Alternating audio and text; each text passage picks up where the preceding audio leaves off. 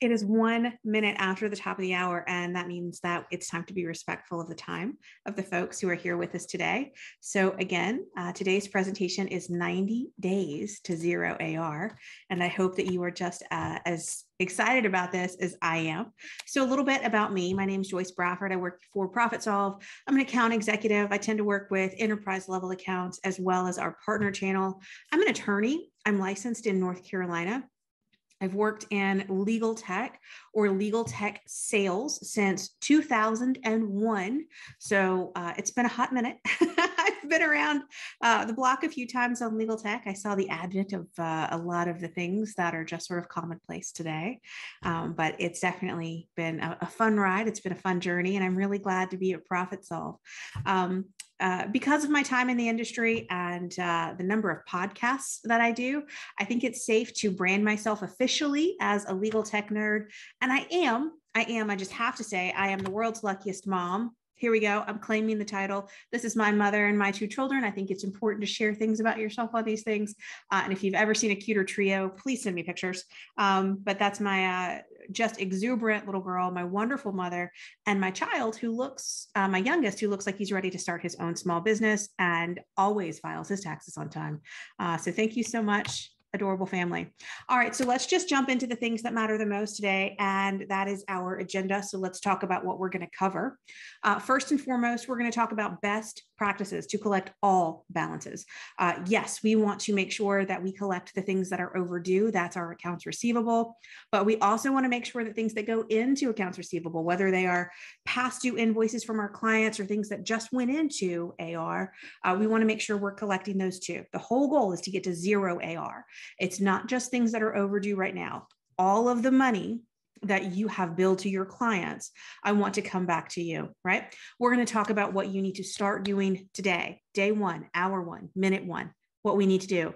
And then we're going to talk about our timeline for 90 days and how we're going to fit these pieces in here.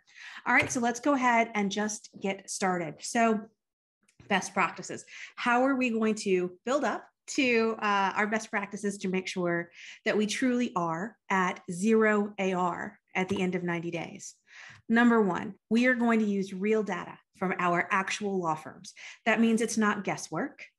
That means we're not just looking at a book somewhere and saying, this is what I'm going to do, and this is what I think needs to happen, and these are the people that I need to contact. No, we're going to look at real data from our law firms, and we're going to talk about where to find that data.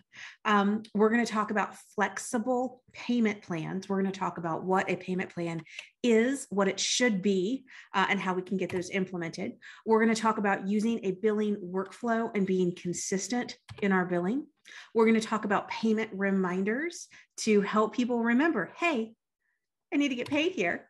We're going to talk about training your staff and the SOPs that you need to implement here. We're going to talk about the customer experience, because we all know that happy customers are happier to pay.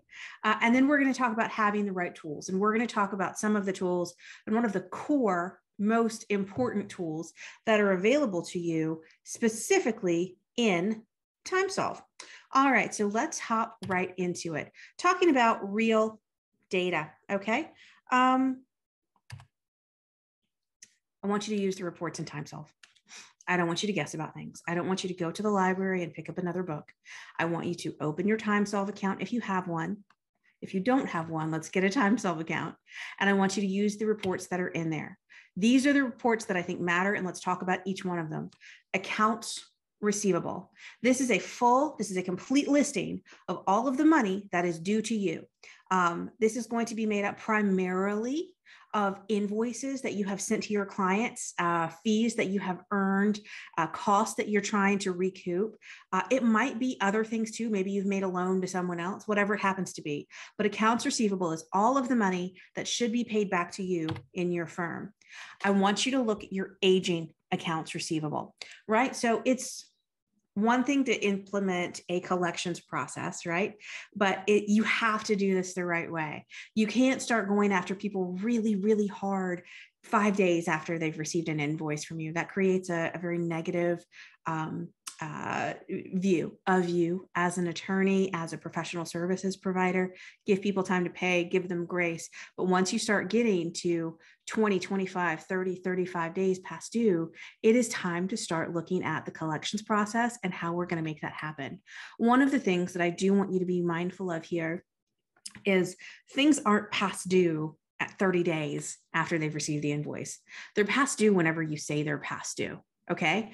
If an invoice is due upon receipt, then the very next day it's past due. Keep in mind, please keep in mind, that is, it makes it very challenging to get people to pay on time. Just about none of your invoices are going to come in on time. And that's not what we want. What we want is invoices to be collected within a reasonable window, right? And we can talk about that in some of our SOPs if you'd like to. But definitely look at your aging AR. What has been outstanding for 30, 35, 45, even up to 90 days? And what in that is collectible? Important in comparing your aging AR, that aging accounts receivable, I want you to look at your aged invoices. And this goes back to what I was just saying. If your invoices say payments due upon receipt rather than payments due at a specific day of the month, right? Then something that might look like it's 45 days past due might actually only be 40 days past due, might actually only be 35 days past due, depending on when someone actually received it in the mail, right? So I don't want you to play the mailbox game rule. I don't think that that's helpful for anyone. I want you to use real data, both on when things are due and in these reports. And I want you to look at your invoices. I also want you to look at payment history on your client accounts. If you have an account where someone pays regularly and they have just forgotten to pay, it's just so easy to pick up the phone and say, hey, Miss Smith, I am looking at your account. I see you have a past due balance. I'd like to help you get that paid. Do you have a credit card? And can I take that from you right now? Perfect. Wonderful. That's someone who has a history of paying you and is likely to pay you. On the other hand, if you have someone who has never paid you or has never paid you on time, it's a pretty good idea to have a more aggressive. And when I say aggressive, that doesn't mean rude or mean. That means a higher touch point strategy to collect that money, right? When I say aggressive, it just means a greater number of touch points with your clients, phone calls, emails, client portal, whatever it happens to be, right? But look at your payment history. I want you to take all of this data and I want you to determine how much is outstanding and what's collectible, right? Is some of it, do you just need to write some of it off? Maybe you do. Just because you have invoiced someone does not mean that you're going to collect that data. It might be a write-off. Keep that in mind for tax purposes, right? But when you write that off of your account, then your AR balances go down. Some of what is in there, if you don't have an active collections policy right now, truly might need to be written off. The goal is to get you to inbox 0 on this, okay? So once you've determined what's actually collectible, I want you to think about flexible payment plans. So payment plans are not just, hey, Miss Smith, I'm going to start charging you $500 every month until you're either no longer my client or your balance is fully paid off. That might be a payment plan, but that's not the only way to create a payment plan. Payment plans, just let's define this really quickly. They are repeated payments made regularly in a consistent amount charged to a payment method, okay? If you have an outstanding balance of someone who you just don't think you're going to be able to collect from, I am telling you folks, it's better to collect $25 or $50 or $150 a month than it is to collect nothing. Please don't be of the mindset that you have to collect all of your fees within the next 3 months.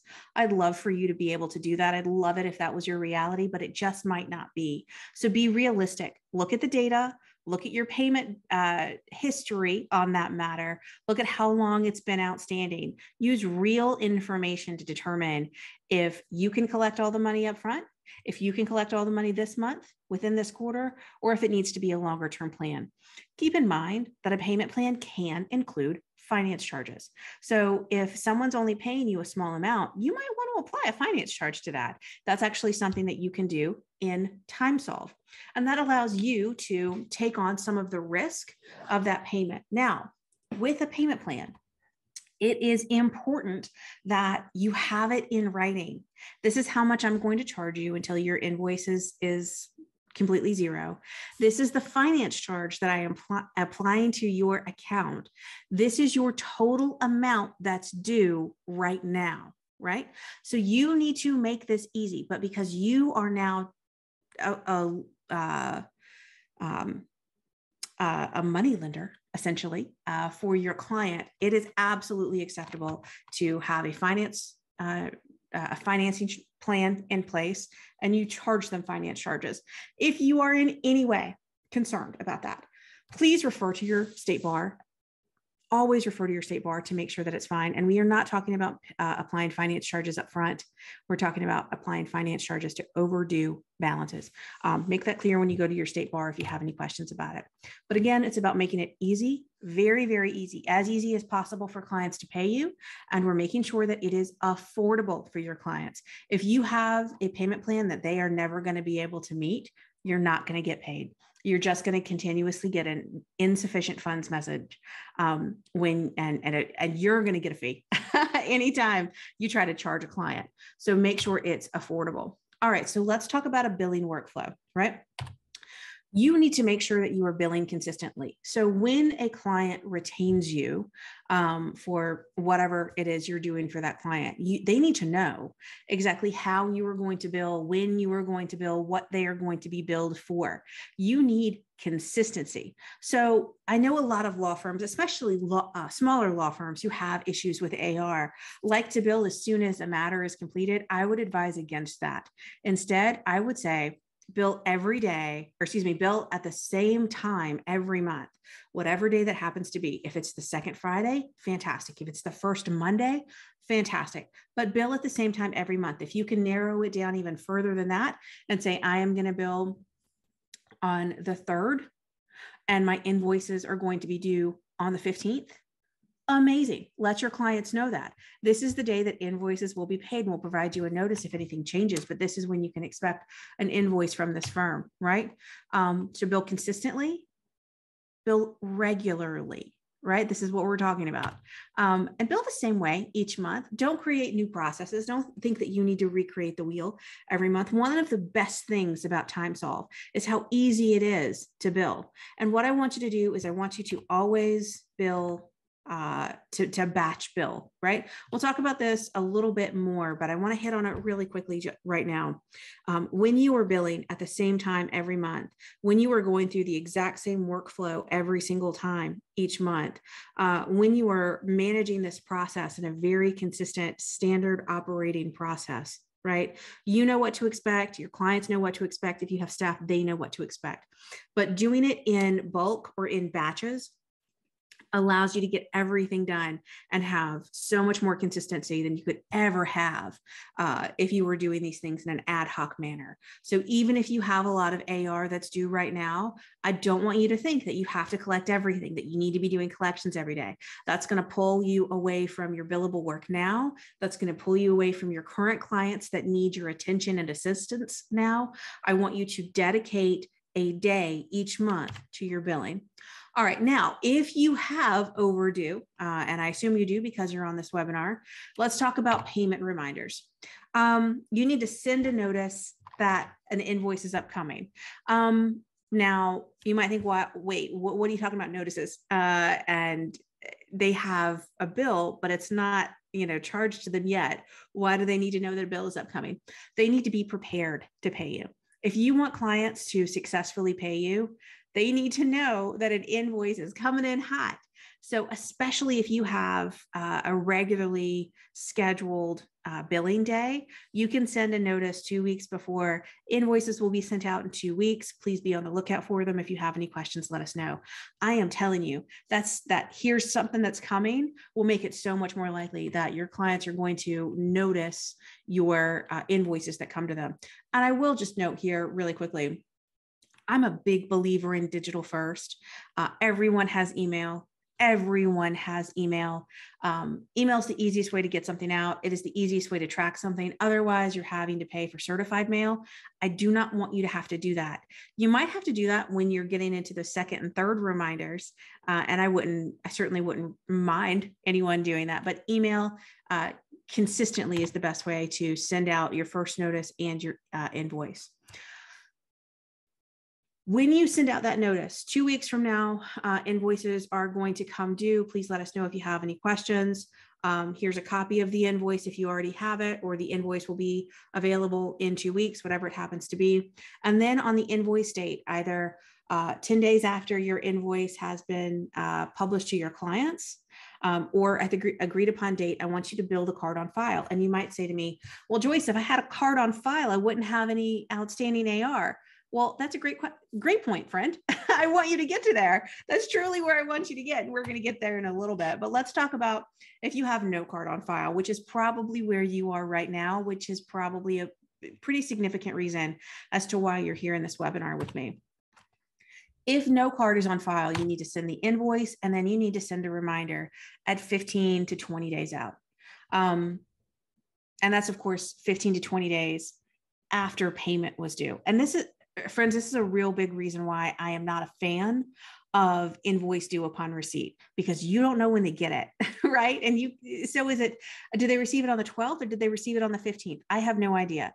You need to send it with plenty of notice, somewhere in the neighborhood of 20 days between when they receive it and when it's actually due. Give them time to pay, be gracious in your services. And then after that due date, right? Or even not after the due date, but after 15 to 20 days, if they haven't made that payment yet, but you're still within the window, you're still within that window that it's not late, 15 to 20 days. Hey, just a reminder, you have an invoice that is due on the following date. Give folks a reminder. Now, you might say to yourself, well, I don't have that kind of bandwidth, but the thing is you do, you just don't realize it. You can have templated emails, you can have templated documents within your system, and you can send them out to your clients with just a real quick push of a button. And invoice reminders, payment reminders can absolutely be sent through TimeSolve, okay? But send those payment reminders pretty close to the end of the window in which they should pay in order to be on time, and remind them to pay it.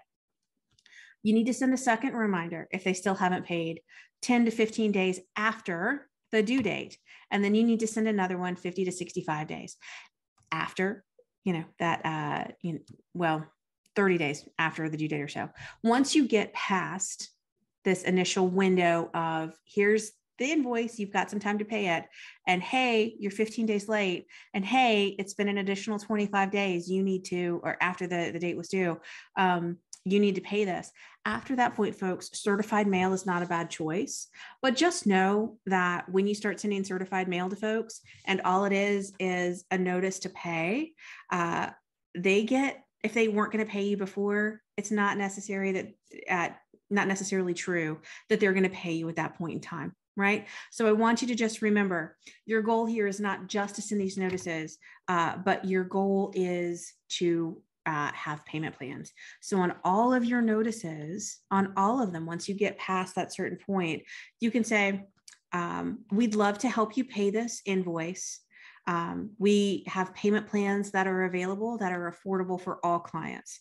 Please reach out. And you also need to, at that point, if they have not responded to you, you absolutely need to be on the phone.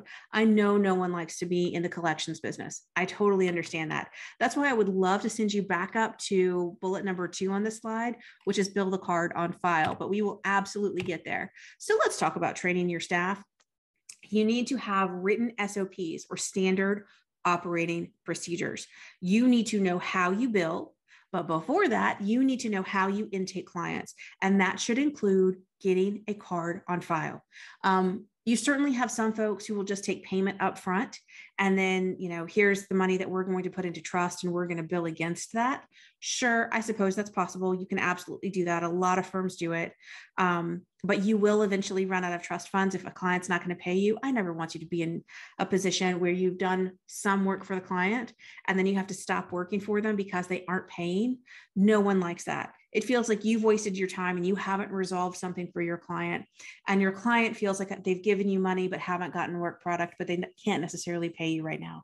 It's a tough spot for everyone. So get, as part of your intake, get a card on file.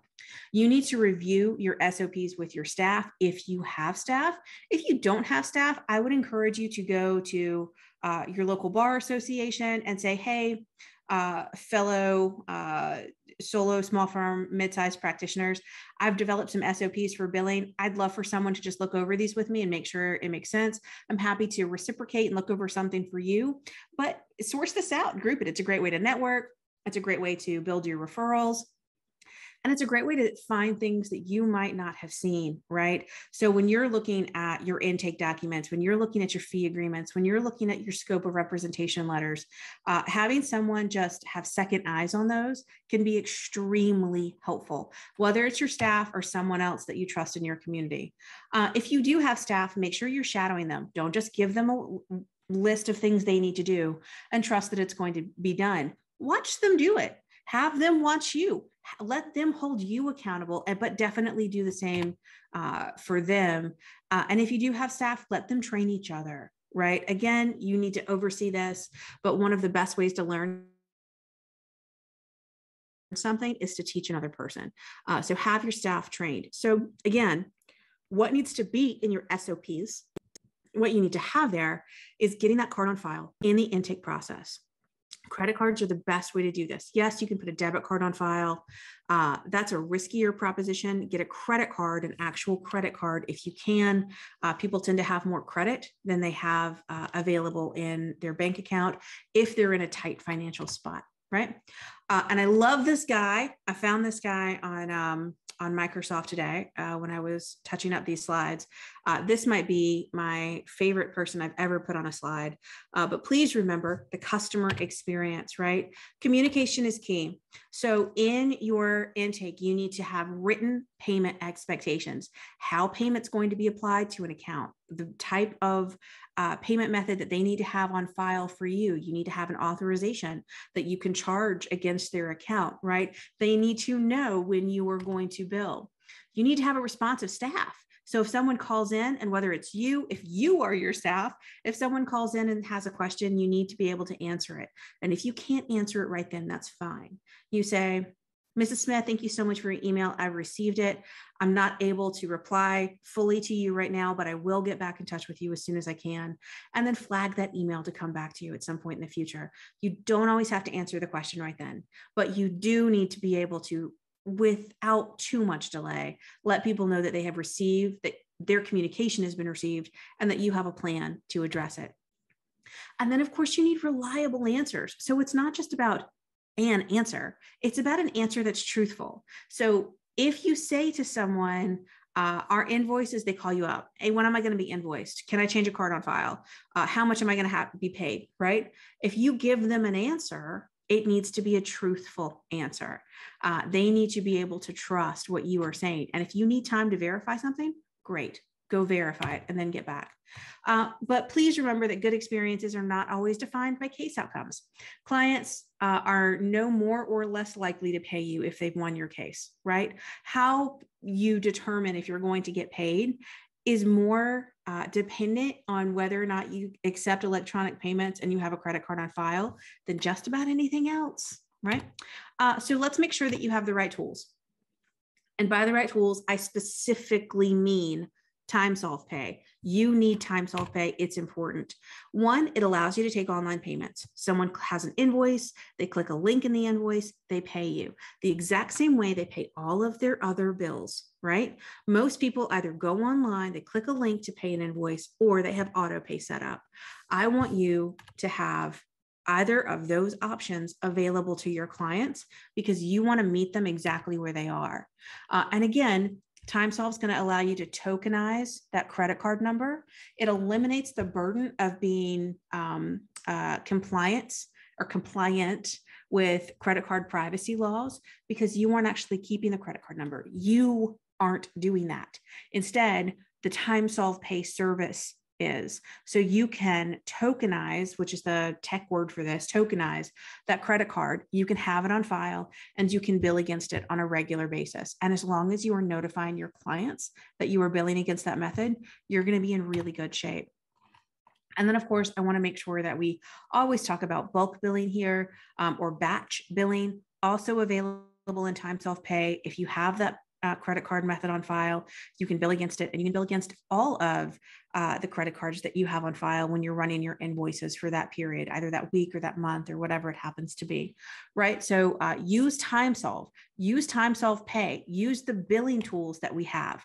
So what do we need to do today? One, if you don't have a TimeSolve account, today is the day to get one.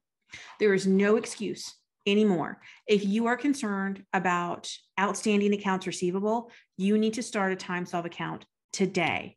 You need to begin the process, talk to a salesperson, and talk about migrating any missing data into TimeSolve. So maybe you have a partial account, maybe you don't have an account at all. Let's get your information into TimeSolve so you can start running those reports.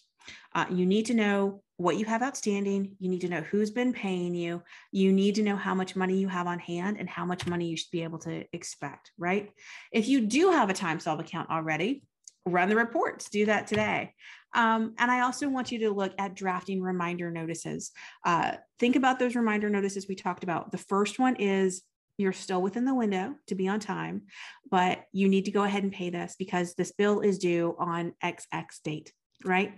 So look at that reminder notice. Look at the one that's still friendly, but immediately after that, look at the one that's a little more assertive, but says, listen, we want to help you pay. Are you interested in a payment plan? We want to make this as easy for you as possible, right? How are we going to do that? And I want you to start looking at payment plans and drafting acceptable payment plans for you. So again, from my perspective, if I have longstanding AR with someone who's not had a great history of making payments or not had a great history of making payments on time, I am certainly willing in that case to have a longer time frame in which that person can pay me, right? But someone who is coming in as a new client, but maybe doesn't have as much money as necessary to pay my full fee up front. If they'd like to be billed $500 or $750 a month for the next 3 months, fantastic. I can do that too. So you can think about what payment plans are going to be acceptable for you in the scenarios in which you'd create those, and take a look in TimeSolve. Take a look at the payment plan creation tools that are there. All right, so let's talk about your 90-day timeline. Day 1, we're going to run reports and we're going to start drafting those reminders. On day 15, anyone who has an outstanding balance with us, we are going to send them reminders and we're going to begin setting up payment plans. On day 30, we are going to review the collections that we've had over the past 30 days. Did we collect anything? What's working and what's not working? Do we need to adjust our language in some way? And then, of course, we're going to send additional reminders. On day 60, again, we're going to review collections and we're going to send reminders. We are going to create more accessible payment plans for folks. We're going to get on the phone, we're going to call them, and we're going to say, can you pay $75 a month? Is that possible? If you can't, what can you pay? And we are going to be flexible with our terms because we are going to collect every single penny. On day 90, we're going to review our collections process. Again, anything that's been outstanding for 90 days that we've attempted to collect, we're going to consider writing that off.